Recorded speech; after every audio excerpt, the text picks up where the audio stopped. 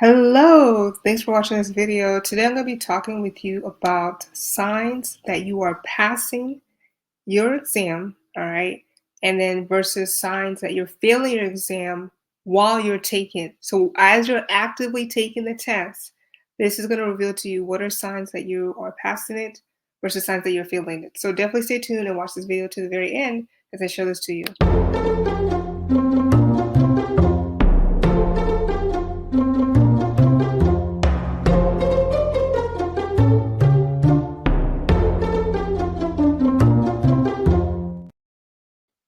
Okay, so let's go over in today's video, we're going to talk about what are signs that you are passing or failing your exam.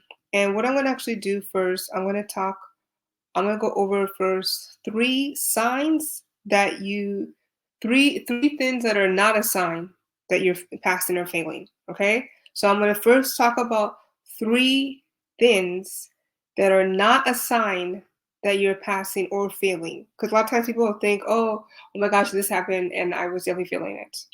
Not true. All right, so I'm just going to give you some of those things and then I'll go over what are the signs that you're passing or failing. If you like this video, make sure you hit the like, subscribe, follow button as well to make sure you get more tips and videos like this. And then also as well, you can join my nursing email list. You can join it today. Just simply go ahead and check the description.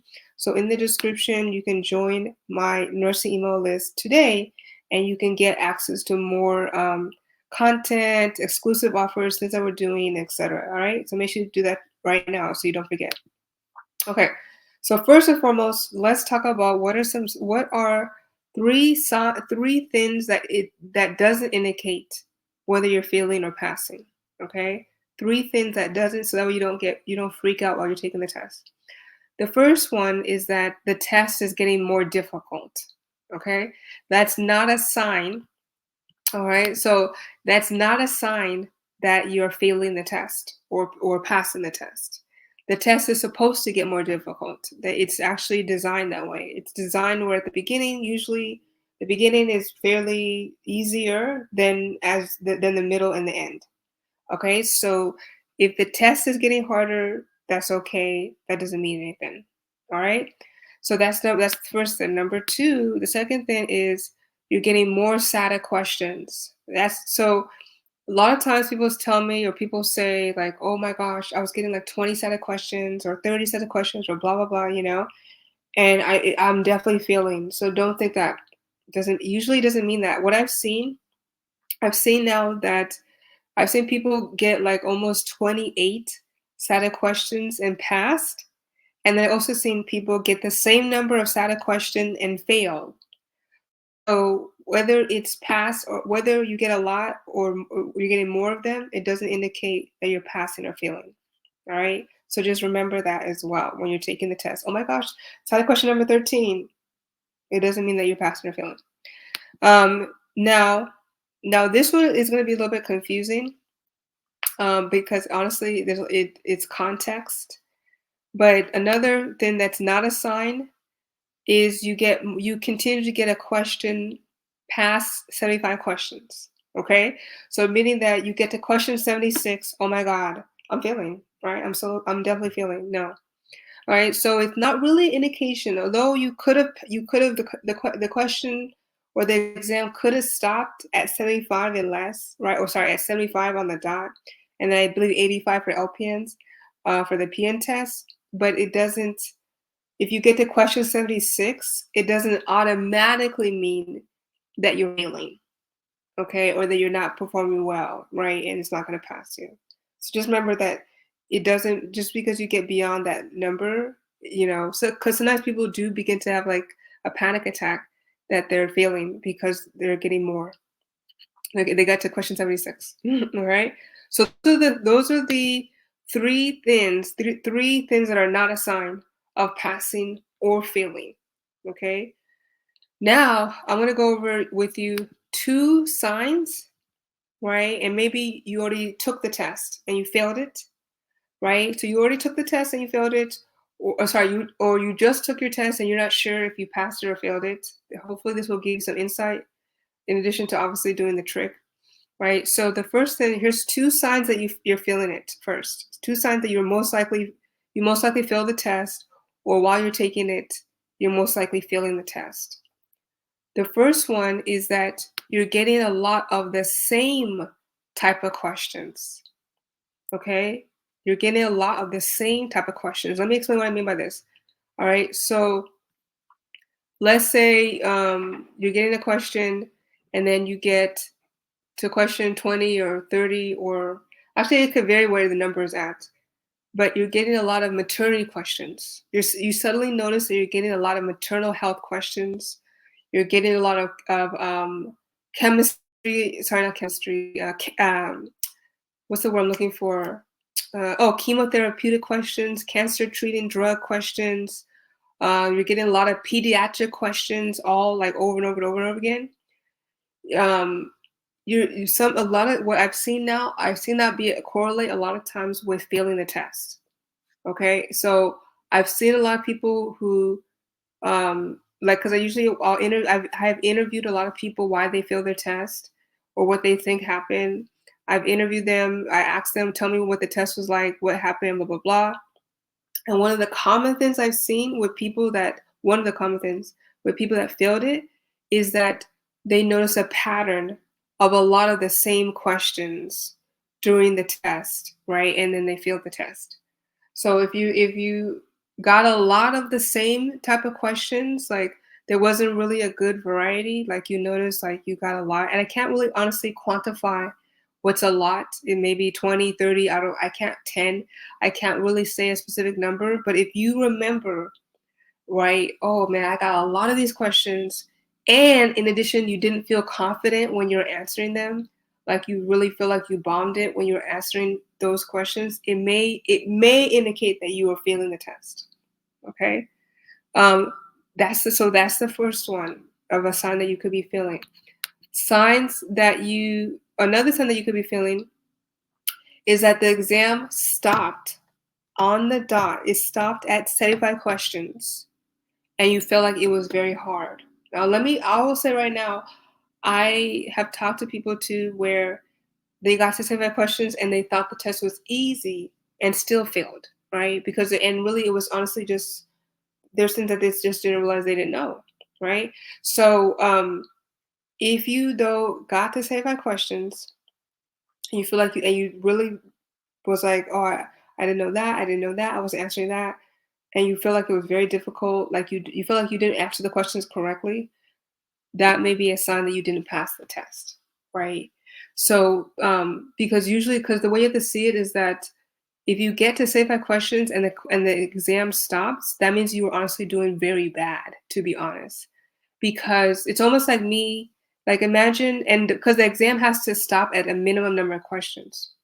So imagine if, let's say I'm asking you, although this is elementary, but I'm just trying to show you an example. I ask you, okay, tell me what 2 plus 2 is. You say 7. What's 3 plus 3? You say 10. What's 5 plus 5? You say 2. I don't, if you keep doing that bad with questions, I don't have to keep asking you a lot more questions for me to know that you don't really know math, right? You see what I mean? So that's essentially what it is that if you got to the 75 and it stopped, and you felt like it was hard, you didn't really, well, you weren't confident when answering the questions, like you really didn't know the stuff very well, it's probably an indication that you didn't pass. Okay.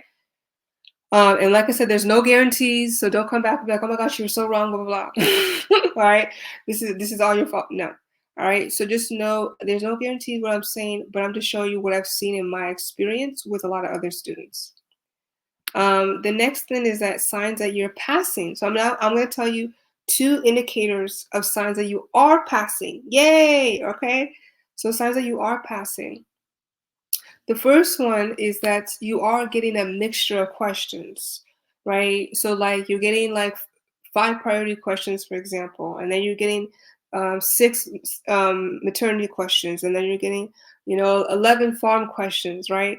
Also bear in mind too, as far as between this one and the same type of questions, you have to bear in mind that the NCLEX, there's different quantity percentage of each category. So typically for between the both tests, management of care, there's it's 20% of the test. Pharmacology, I want to say is like 14%. So each category in the test has higher amounts than others, right? So that's why you shouldn't be getting so many of the same type to indicate that you're failing, because there's only a certain amount that is supposed to be actually be given you, right? So but you're getting a mixture of questions. Okay, but also bear in mind that, like I mentioned, you could be still getting a lot of farm questions because farm is the second highest category on the test. You could be still getting a lot of delegation questions because delegation is the highest category on the test. Okay, but usually a mixture is a good sign. Okay, so I hope hopefully this is helping. Hopefully it's giving you some insight. The last one, okay, and this is probably the most obvious, but you are actually recognizing many of the questions. Oh, I know that. Oh, I knew that. Oh, I remember that one. Oh, I saw that before. Right? So you're answering it with the quickness, A, B, 1, 2, 4, like right type of thing. So that's another thing that could be definitely a sign that you passed the test, is you actually recognize, not so to speak that you saw the questions before exactly, but you recognize the content, right? You recognize the way to answer it. You recognize the diagnosis, you recognize the drug, and etc. So that's a sign that you probably passed it, right? Is that like there's a lot of stuff that you recognize. That's so once again, and I've had like hundreds of students that I've talked to, and 1,000 plus that have passed. And I talked to a lot of people, and I talked to the students in our program, and I've asked them questions that passed and came back and told me that they passed. And that's what they told me. Oh yeah, I remember this when you were covering this. I remember this, that was on the test. You went over this. I remember I saw on the test too. Right? And so if you are recognizing a lot of the stuff, like, oh, DKA, yes, I know what to do. Oh, I know what that means. Yes. Versus, man, there's a lot of stuff I don't remember on there. Like, what is Minipro, right? What is Rapamil? I don't remember what that was. Like, right? So if you are recognizing a lot of the stuff, that's an indication that you probably did pass. Okay, that's a good sign. All right. So hopefully those are the two signs that you failed and two signs that you passed. Okay. So based on what I just said right now, comment below. Let me know. Do you think that you passed or that you failed? Let me know in the chat. Do you think that you passed or do you think you failed? I would love to hear what you think now based on what I said. If you haven't taken it yet, then let me know. You can share your test date below. I would love to hear that as well. If you found this helpful and you want to pass the first time, the next time, you want to make sure that you actually pass your test, right? And you actually are successful, then I want to invite you, okay? I want to invite you to join our upcoming 6-week review class. Okay, it's going to be a great opportunity where you're going to be able to learn content. We're going to go over content review. We're going to go over practice questions, next gen questions. The biggest thing that review is how much more of a personal touch it is. And you'll better understand what you're missing. You'll be able to ask questions, of course. We meet every single week for 6 weeks. It's online, virtual, and it's really convenient because, especially with those of you that have work, kids, other responsibilities, and then of course the classes are always recorded. So even if you can't be there live, it's always recorded, so you can go back, watch the video, and then ask your questions. And then also there's homework. You have access to over 30 plus assessments and quizzes, and then also up to 400 questions, including next generation questions. We go over next generation questions in the class. I teach you how to better think critically and comprehend the material faster. Because a lot of times the reason why you run out of time on the test, the reason why you can't eliminate the questions, the choices properly, is because you're not getting the content fast enough. So I help you to, comprehend that a lot more quickly. So hopefully you will join. If you want to learn more, go ahead and just like I said below, check the description below to join the class. And then don't forget to like, follow, and subscribe. And I'll see you the next time.